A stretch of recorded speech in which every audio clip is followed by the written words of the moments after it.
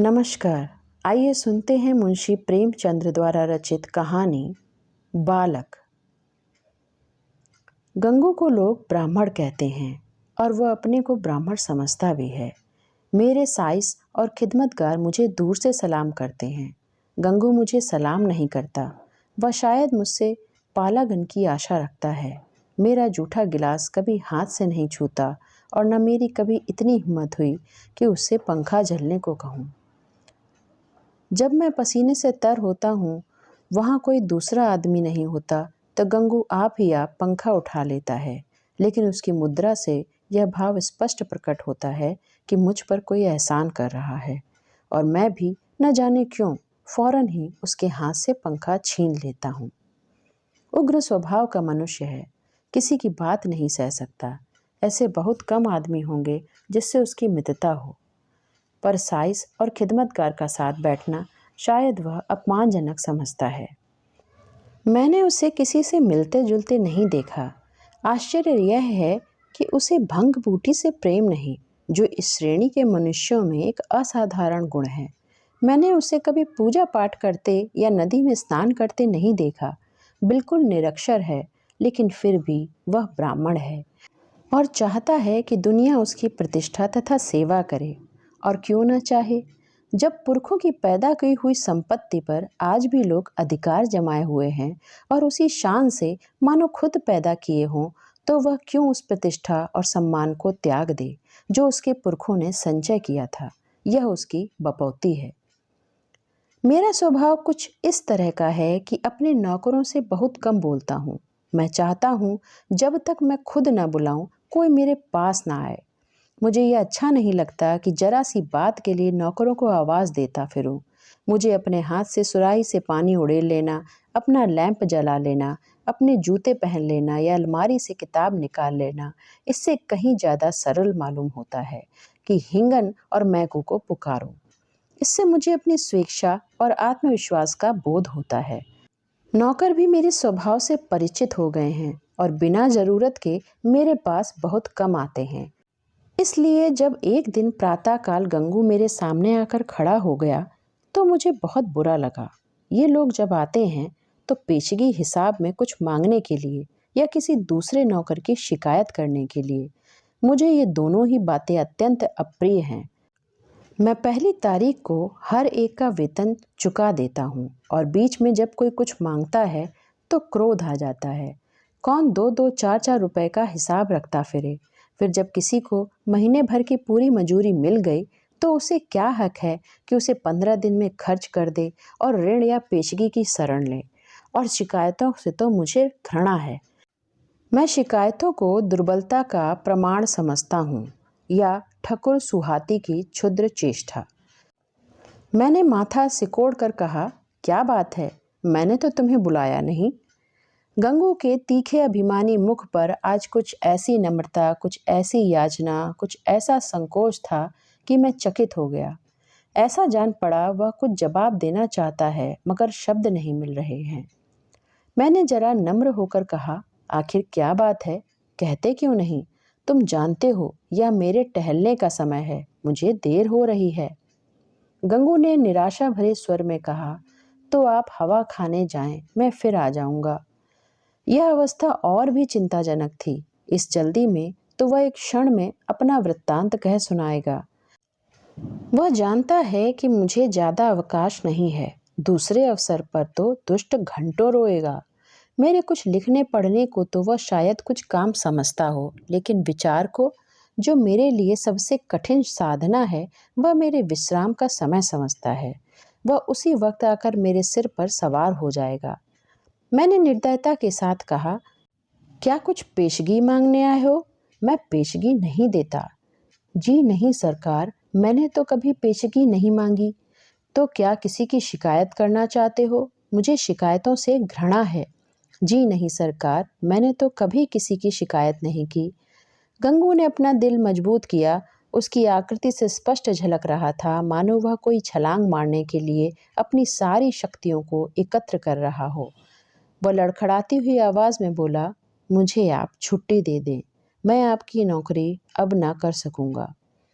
यह इस तरह का पहला प्रस्ताव था जो मेरे कानों में पड़ा। मेरे आत्माभिमान को चोट लगी।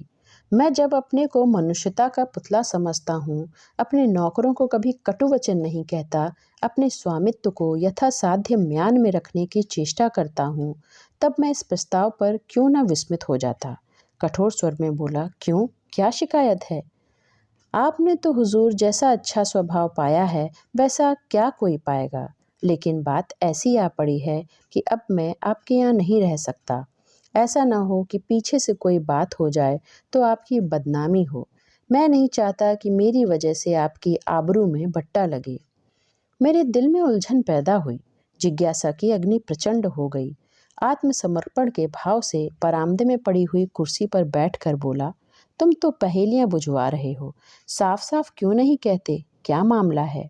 गंगू ने बड़ी नम्रता से कहा, बात यह है कि वह स्त्री जो अभी विधवा आश्रम से निकाल दी गई है, वही गोमती देवी। वह चुप हो गया। मैंने अधीर होकर कहा, हाँ निकाल दी गई है, तो फिर तुम्हारी नौकरी से उसका क्या संबंध? गंगू ने जैसे अपने सिर का भारी बोझ जमीन पर पटक दिया। मैं उससे ब्याह करना चाहता हूँ बाबूजी। मैं विस्मय से उसका मुंह ताकने लगा। यह पुराने विचारों का पोगा ब्राह्मण, जिसे नई सभ्यता की हवा तक न लगी, उस कुल्टा से विवाह करने जा रहा है जिसे कोई भला आदमी अपने घर में कदम भी न रखने देगा। गोमती ने मोहल्ले के शांत वातावरण में थोड़ी सी हलचल पैदा कर दी। कई साल पहले वह विधवाश्रम में आई थी। 3 बार आश्रम के कर्मचारियों ने उसका विवाह कर दिया था, पर हर बार वह महीने 15 दिन के बाद भाग आई। यहाँ तक कि आश्रम के मंत्री ने अब की बार उसे आश्रम से निकाल दिया था। तब से वह इसी मोहल्ले में एक कोठरी लेकर रहती थी और सारे मोहल्ले के शौहदों के लिए मनोरंजन का केंद्र बनी हुई थी। मुझे गंगू की सरलता पर क्रोध भी आया और दया भी। इस गधे को सारी दुनिया में कोई स्त्री ही ना मिलती थी जो इसने ब्याह करने जा रहा है। जब वह 3 बार पतियों के पास से भाग आई तो इसके पास कितने दिन रहेगी?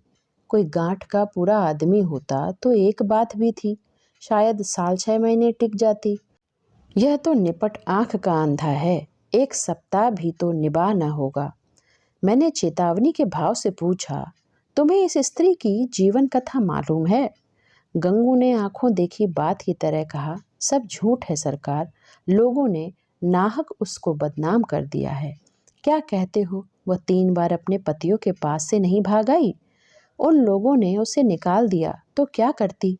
कैसे बुद्धू आदमी हो, कोई इतनी दूर से आकर विवाह करके ले जाता है, हजारों रुपए खर्च करता है इसलिए कि औरत को निकाल दे।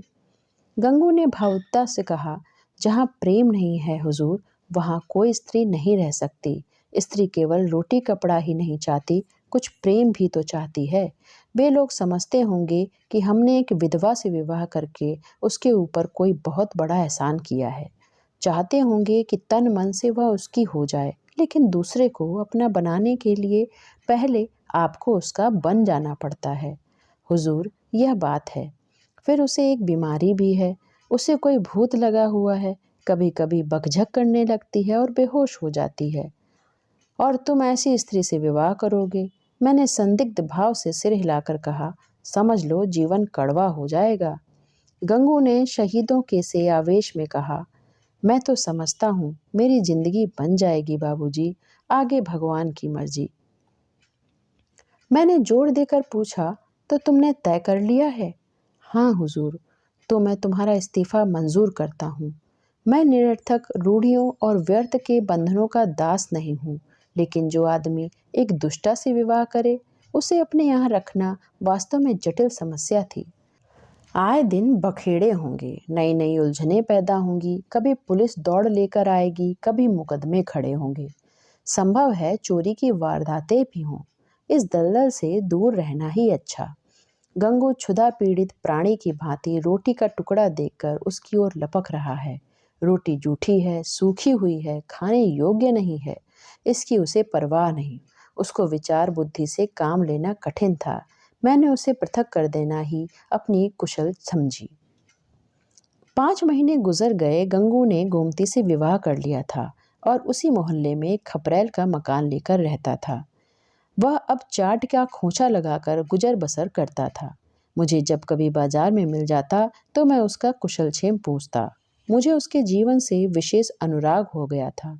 यह एक सामाजिक प्रश्न की परीक्षा थी, सामाजिक ही नहीं मनोवैज्ञानिक भी।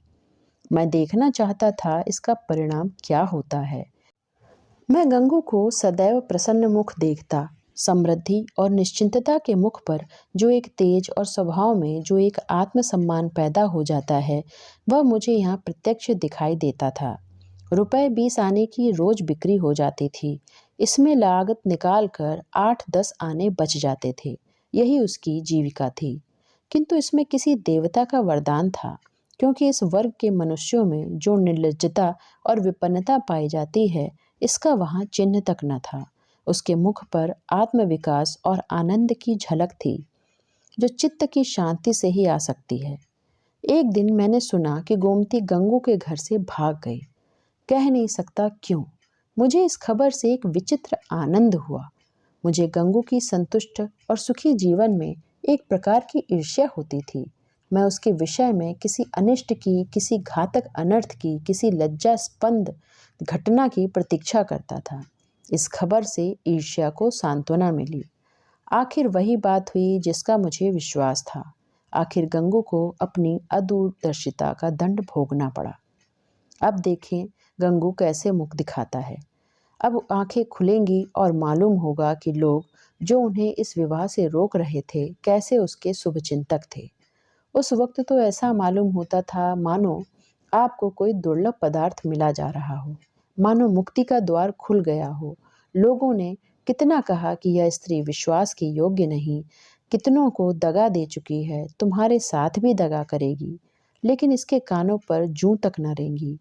अब मिले तो जरा उसका मिजाज पूछूं, कहूं क्यों महाराज, देवी जी का यह वरदान पाकर प्रसन्न हुए या नहीं? तुम तो कहते थे वह ऐसी है और वैसी है। लोग उस पर केवल दुर्भावना के कारण दोष आरोपित करते हैं। अब बतलाओ किसकी भूल थी? उसी दिन संयोगवश गंगू से बाजार में भेंट हो गई। घबराया हुआ सा, बदहवास था, बिल्कुल खोया हुआ। मुझे देखते ही उसकी आंखों में आंसू भर आए, लज्जा से नहीं व्यथा से। मेरे पास आकर बोला, बाबूजी, गोमती ने मेरे साथ विश्वासघात किया। मैंने कुटिल आनंद से लेकिन कृत्रिम सहानुभूति दिखाकर कहा, तुमसे तो मैंने पहले ही कहा था, लेकिन तुम माने ही नहीं। अब सब्र करो, इसके सिवा और क्या उपाय है? रुपए पैसे लेकर गई, कुछ छोड़ गई? गंगू ने छाती पर हाथ रखा।